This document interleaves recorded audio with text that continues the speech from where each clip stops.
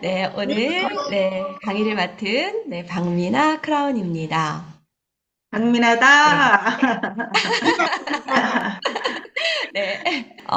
마음가짐이 운명이다. 네, 이 내용은 우리 조일행 사장님이 매일매일 하루도 빠지지 않고 저희 팀 단톡방에 올리는 글입니다.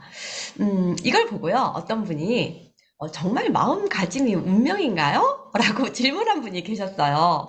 왜냐면 누구는 부자고 누구는 가난하고 누구는 말을 잘하고 누구는 못하고 누구는 막 성격이 너무 소심하고 활달하고 이렇게 다양한 그런 상황에 있는데 진짜 마음가짐이 운명이라고 할 수 있어요? 네.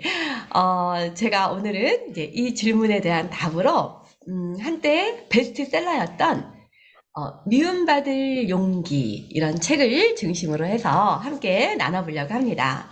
네, 이 책은 아들러의 가르침을 한 철학자와 청년의 대화로 풀어가고 있는데요.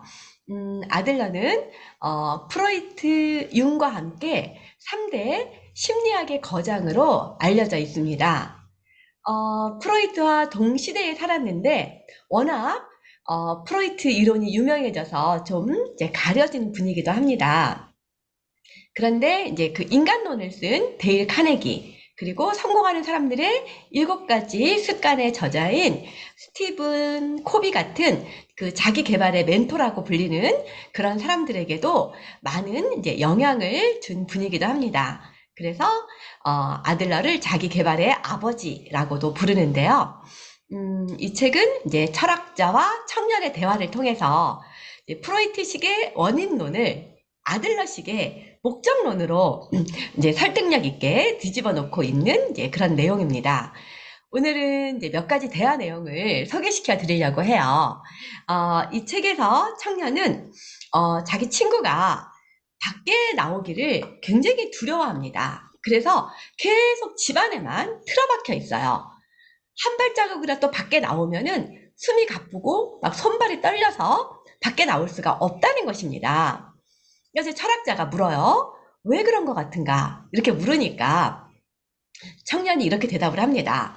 아마 그 친구는 아마도 가정에서 술주정뱅이 아버지에게 학대를 받고 자랐는데 그것이 트라우마가 돼서 밖에만 나오려고 하면 숨이 막힐 것 같아서 못 나오는 거 아닐까요? 이렇게 대답을 해요. 지금까지 이제 어떤 심리학적인 해석은 이 청년처럼 지금 내가 부족한 이런 현재 증상, 이런 것은 과거에 어떤 사건에 연루되었다는 프로이트의 그 원인론, 이런 것이 이제 지배적이었잖아요. 뭐, 예를 들면은, 뭐, 폭력 아버지, 뭐, 가난한, 뭐, 가정 환경, 또는 학교에 다니지 못했기 때문에, 뭐, 학창 시절에 뭐, 따돌림을 받았다거나, 끔찍한 어떤 교통사고를 당했다거나, 또는 뭐, 사랑하는 가족을 떠나보낸 그런 사건이라거나, 이런 과거의 사건으로 인한 트라우마 때문에 현재 나는 대인공포증, 뭐 이런 게 생기기도 하고, 폐쇄공포증, 혹은 뭐 말을 더듬는다든지, 또는 나는 못한다, 나는 안 된다. 이런 사람이 된다는 거죠.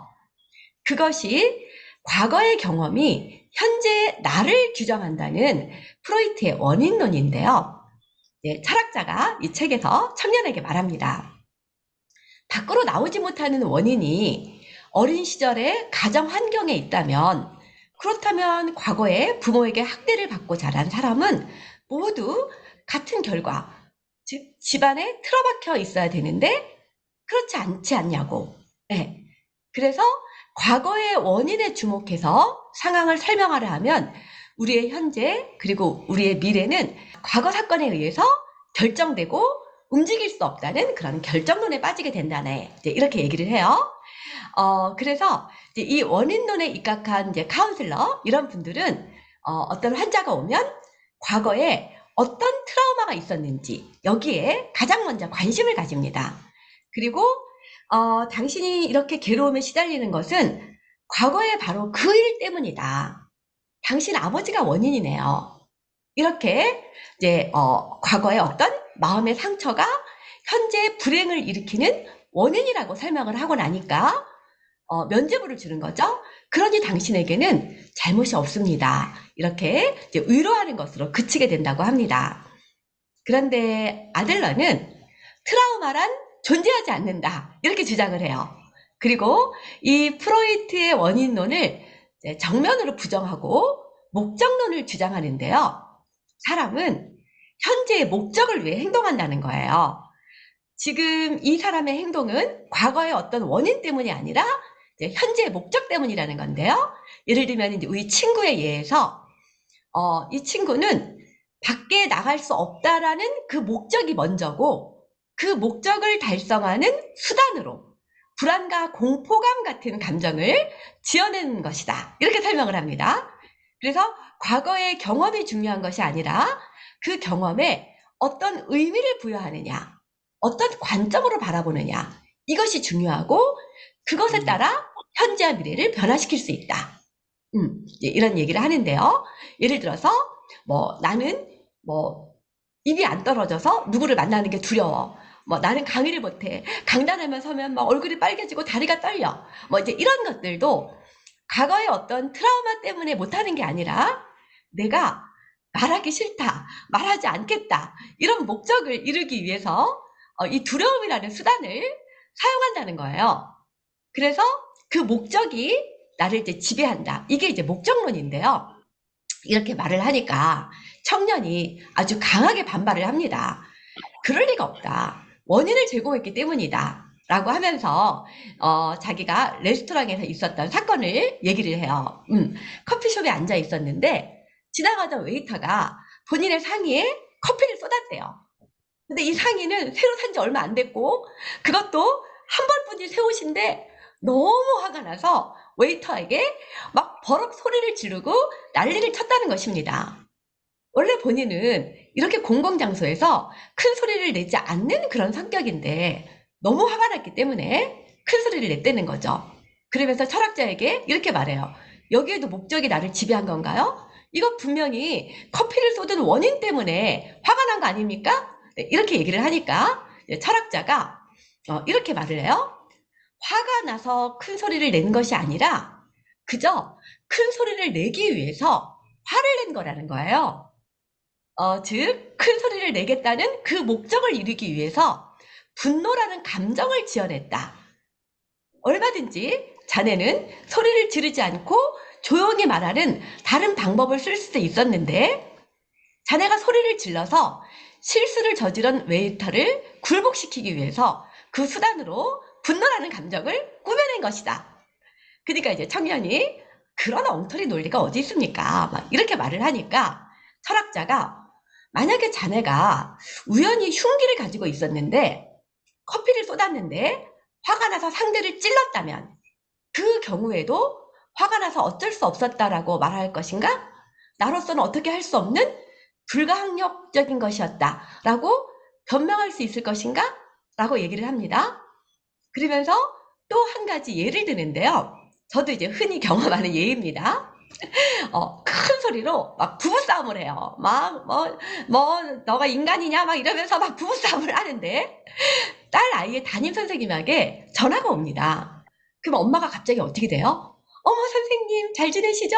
어머, 네, 무슨 일이세요? 이렇게 갑자기 톤이 바뀌면서 한 몇 분 동안 담소를 나누고, 그리고 통화가 끝나자마자 당신 말이야! 막 이러면서 또다시 소리를 지르면서 남편과 싸움을 한다는 거죠. 그래서 철학자는 이렇게 인간은 분노를 지어낸다는 거예요. 분노는 언제든지 넣었다 뺐다 할 수 있는 도구다. 담임 선생님에게 전화가 오면 순간 집어넣었다가 전화를 끊으면 또다시 꺼내서 쓸 수 있는 것, 이런 것이 분노다.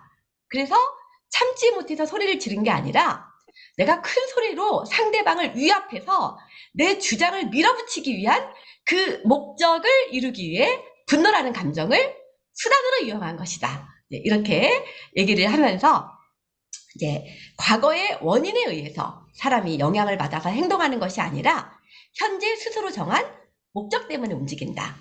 그래서 인간은 현재의 목적에 의해서 과거를 지배할 수도 있고 감정도 지배할 수 있다.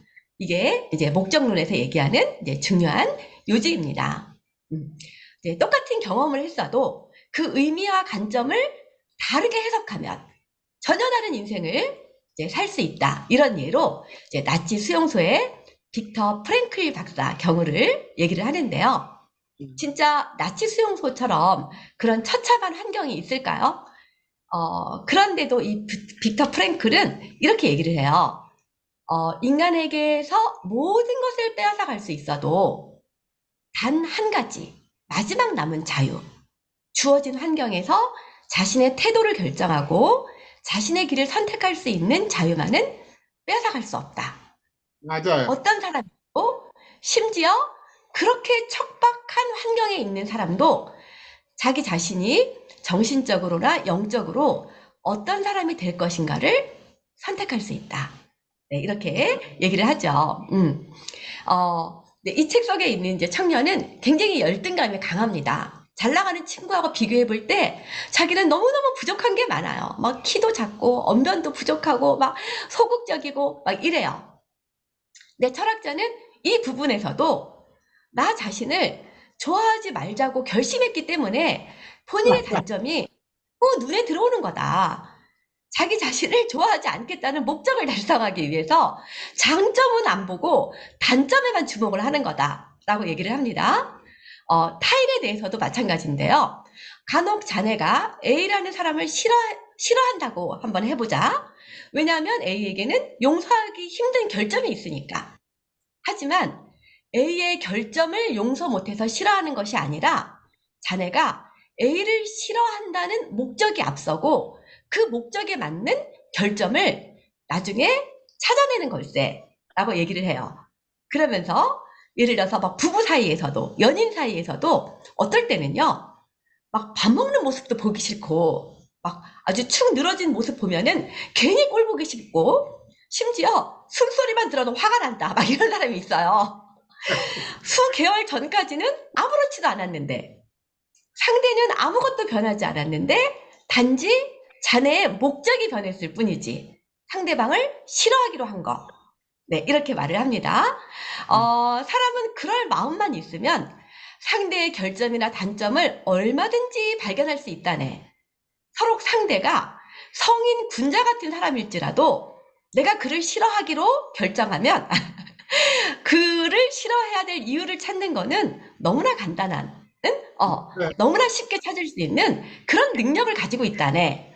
네. 그러나 그 마음, 그 관점을 바꾸면, 사람은 언제든지 어떤 환경에서도 지금 이 순간도 변화할 수 있다. 이렇게 말을 하고요. 내가 변하지 않는 거, 네. 그런 거는 스스로 변하지 않겠다고 결심했기 때문이다. 만일 변하고자 하는 용기만 있다면, 즉, 나에 대한 관점 또는 다른 사람에 대한 관점, 사건에 대한 관점, 이런 관점만 바꾸면 즉시 행복해질 수 있다. 맞아요. 이렇게 얘기를 하는 게 이제 원인론입니다. 네.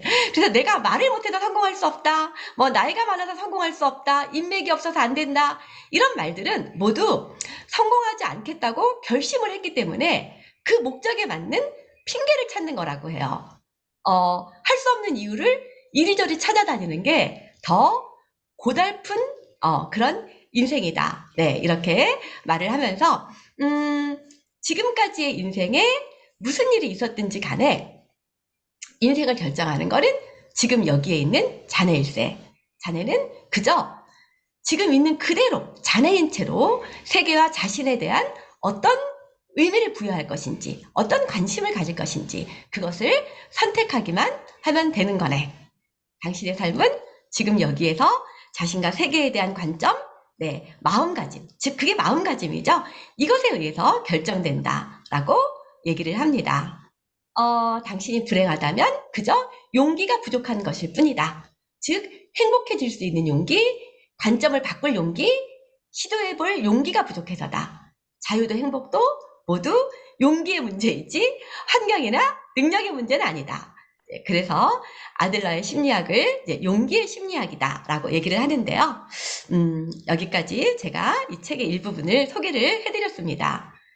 요즘 이제 프로모션 기간이라서 사실은 오늘 주제를 뭐 나가자, 싸우자, 이기자, 뭐 이런 거로 해야 되지 않을까? 막 이렇게 고민을 하다가 내가 나갈 힘도 싸울 힘도 결국은 마음가짐에서 나오기 때문에 이제 아들러 이야기를 네, 꺼내봤습니다. 지금 회사 그룹 팀이 다 달리고 있는데 혹시 나는 못해, 나는 안 돼 라고 하면서 아직도 시동을 안 거시는 분 계실까요? 마음먹기 나름입니다. 네, 마음가짐이 운명입니다. 전 지쿠퍼가 다시 함께 다시 시작하는 지금 여기가 되기를 바라면서 네, 마치도록 하겠습니다. 감사합니다.